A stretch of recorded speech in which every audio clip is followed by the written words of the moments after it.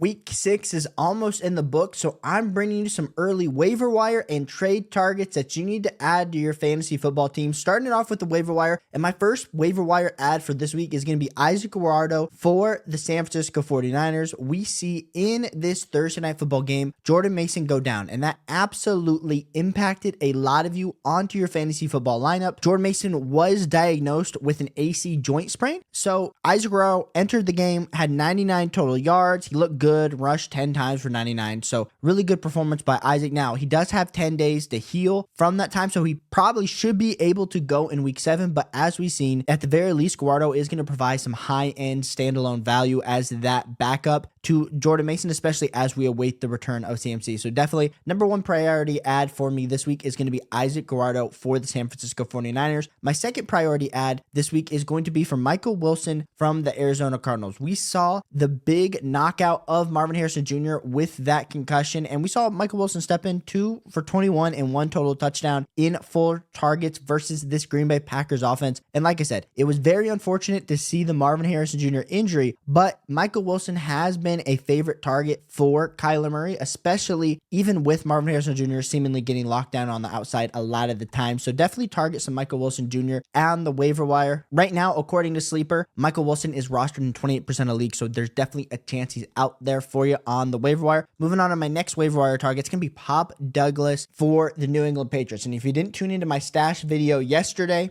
or my stash video for the last week, we talked about how Pop Douglas was going to be emerging as a very good fantasy football asset, potentially with Drake May coming into play. Now, not only did Drake May look like a top 3 caliber rookie level quarterback, we saw Pop Douglas pop off with 21 fantasy points, 9 targets for 6 receptions, 92 yards, and 1 total touchdown. Pop Douglas, we called him like a poor man's Josh Downs. That is what I would define Pop Douglas, Demario Douglas for the New England Patriots, what he looks like, and he delivered. So especially if you're in maybe a little bit of a deeper league, he's only rostered in 14% of sleeper leagues. So definitely go target some Demario Douglas. I think Pop Douglas probably has a little bit more long-term value than a guy like a Michael Wilson. I like the upside of Michael Wilson if for some reason Marvin Harrison Jr. isn't going to play next week, but I do think you definitely need to go consider Pop Douglas on to your waiver wire. My next waiver wire ad is going to be Zach Ertz, and this tight end landscape is so disgusting. We saw Mark Andrews somehow emerge in week 6, but Zach Ertz, while it hasn't been great, I can 100% agree with you on the Zach Ertz usage. Zach Ertz has really provided a solid floor. He's not scored any more than 11 points, but he only has 1 game with less than 5. So he earned 8 targets this week from Jaden Daniels. So I just continue to say that the overall consistency that Zach Ertz is providing on a week-to-week basis is enough for me to want to add him, especially if I don't have a top 5, a top 3, a top 2 level guy. Giving a guy like a Zach Ertz a chance onto your waiver wire is a guy that I definitely want to have. We talked about Ty Chandler in our stash video yesterday, but also wanted to bring him up on the waiver wire video because we still don't know what this Aaron Jones level injury is looking like coming into this week, and if Ty Chandler will be able to get some run in week 7 versus Detroit. He did see 16 touches in week 5, so he's only rostered in 35% of leagues over on Sleeper. So definitely go check out some Ty Chandler as we kind of await to see what's happening with Aaron Jones, because if Ty Chandler is going to be bell cow, definitely worthy of a waiver wire ad. And my last and final waiver wire ad before we get to the trades, it's going to be talking about Kimani Vidal for the Chargers. And we talked about Kimani yesterday, and I know a lot of y'all were like, Caleb, he's like the 4th guy on the running back depth chart. Well, we see Gus Edwards is going to be out for the next 3 weeks. So Kimani is the clear number 2 running back in this Chargers backfield. And as much as we do love a guy like a J.K. Dobbins, Kimani did have 13 fantasy points, 4 attempts for 11 yards, but did have that 2 receptions for 40 yards and a total touchdown. Like I said, he's poised to really enter this backfield mix. And so definitely take a look at Kimani Vidal because he's only rostered in 15% of sleeper leagues going forward. So maybe if you're playing in a little bit deeper league, maybe you have a little bit more bench spots, Kimani would be a great additional add going down the stretch. Now, talking through some trades, I think there's a few different trade targets that we're going to be talking about in today's video. The first one that I want to talk about in particular is going to be DK Metcalf for the Seattle Seahawks, because in this Thursday night football game, DK Metcalf sold a lot of you guys out with only 7 fantasy points, which isn't going to be enough for you to win a week, but he did have 11 targets, 3 receptions for 48 yards. Now, he is still a top top 10 wide receiver for me rest of season. So you're definitely going to need to go try to see what it's going to take to trade for DK Metcalf. We haven't done this before on this level video, but I'm going to provide you some different trade options that are already going down today. We see someone traded Nick Chubb for DK Metcalf. We see someone traded Keenan Allen for DK Metcalf. We saw someone traded Devon in a 2-quarterback league for DK Metcalf. We saw someone traded Brandon Ayuk and Puka Nacua for DK Metcalf. Like, there are some interesting trades. Someone traded DJ Moore straight up for DK Metcalf last night. So as we can kind of see, a lot of people are buying low into the DK Metcalf hype. I definitely think I am continuing to see DK Metcalf as somebody that I want on my team, that we all know the ups and downs that fantasy football does possess. Definitely go see what a trade for DK Metcalf could look like. In regards to talking about a running back that I'm still targeting in trades, it's going to be James Conner for the Arizona Cardinals. In the same exact way that we started to see some run from Trey Benson today, it was a pretty disappointing day for James Conner with only 6 fantasy points, 7 attempts for 24 yards, 5 targets for 4 receptions and 22 yards. If we look at the overall snap share, we will see that it was pretty much a 3-level division here between Amari DeMarcado, James Conner, and Trey Benson, with Amari getting way more snaps, had way more routes run, had way more targets. Now, James Conner did get 7 carries, but Amari got 4 and Trey Benson got 5. So, like I said, we do need to continue to monitor this snap count for the running backs. We talked about Trey Benson in our stash video yesterday, but Trey Benson became a lot more involved in this overall offense. So here is the actual running back usage between the 3, which could definitely be alarming if you do own, or you're like, Caleb, why are you telling me to go trade for James Conner if he's going to be in a 3-down level committee? So let's go explore some trades that have gone down specifically today for James Conner. Someone traded James Conner and Tony Pollard for Tyreek Hill.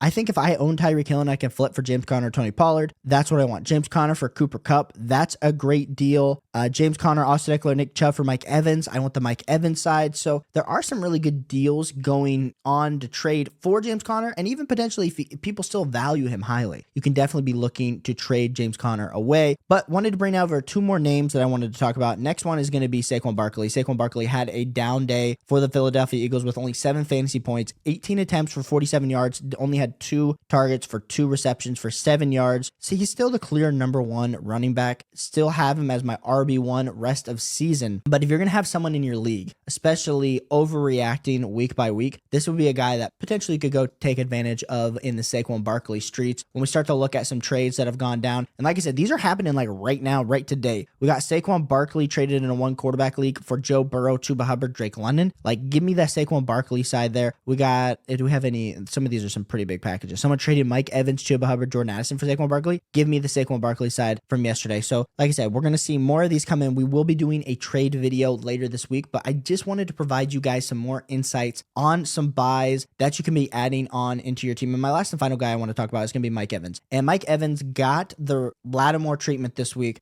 5 fantasy points.